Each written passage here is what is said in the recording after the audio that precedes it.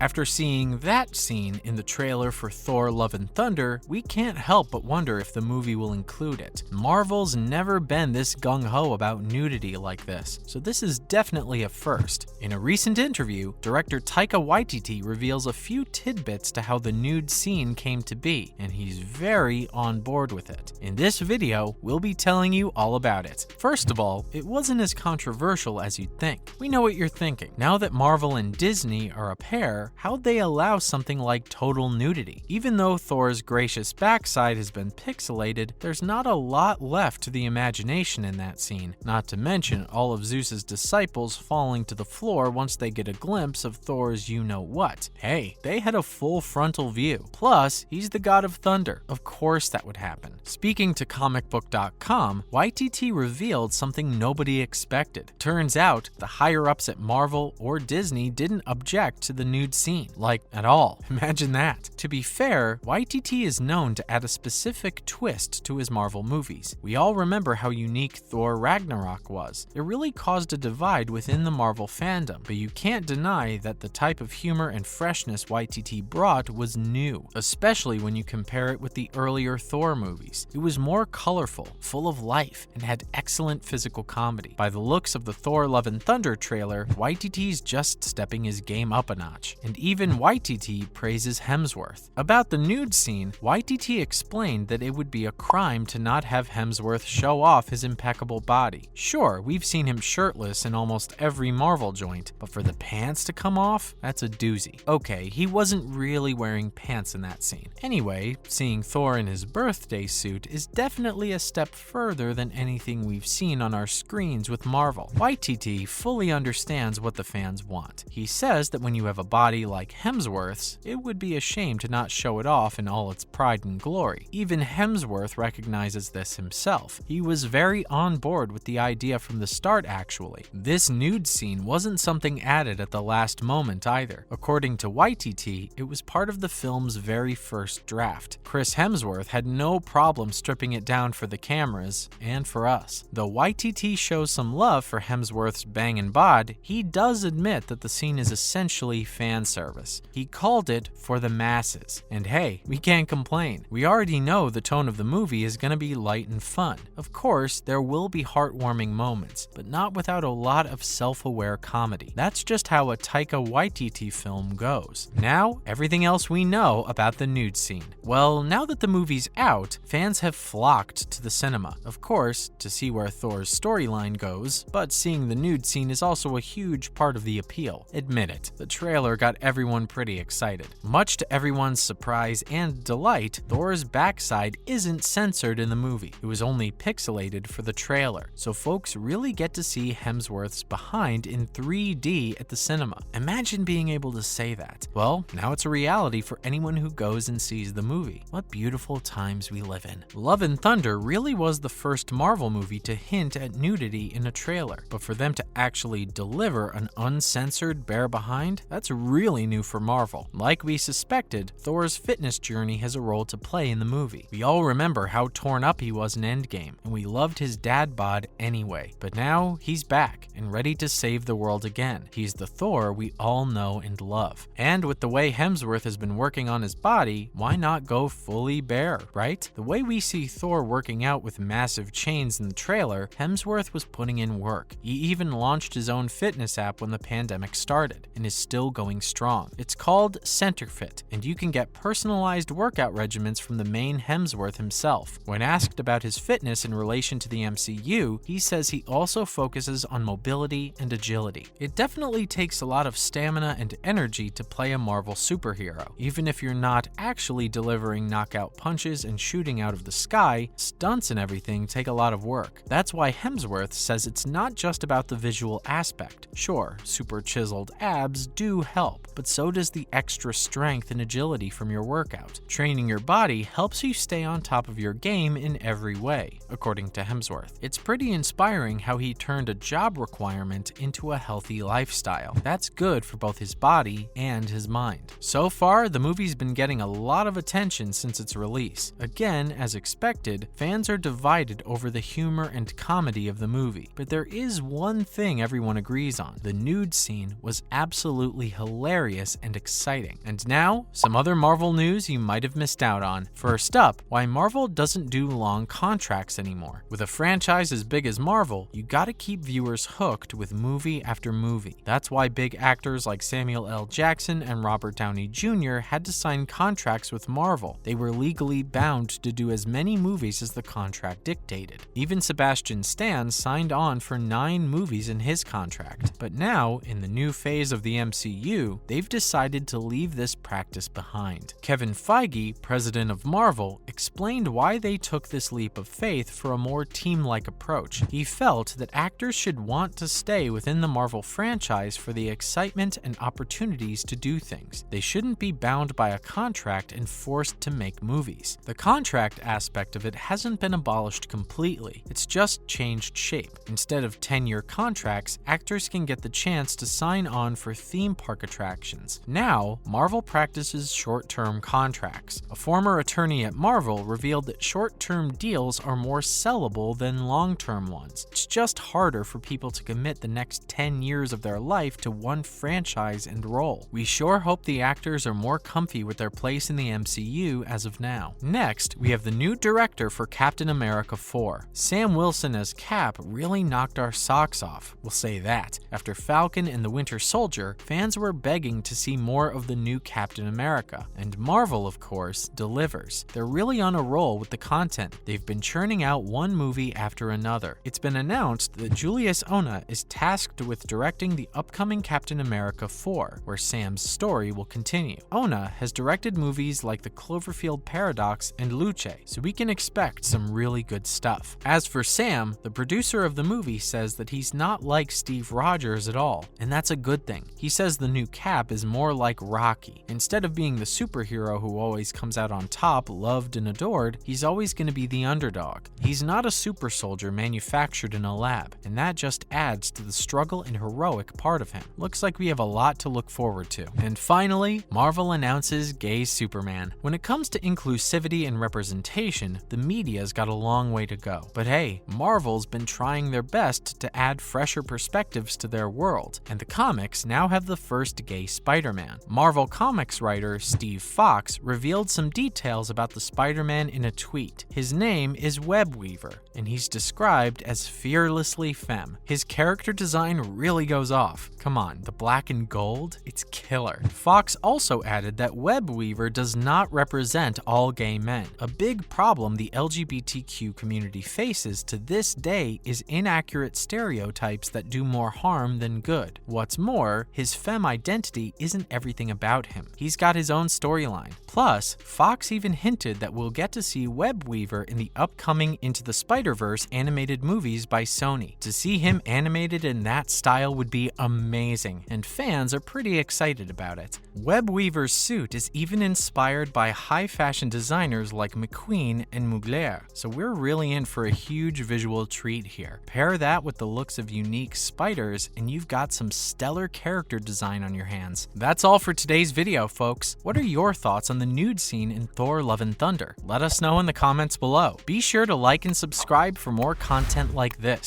See you in the next video.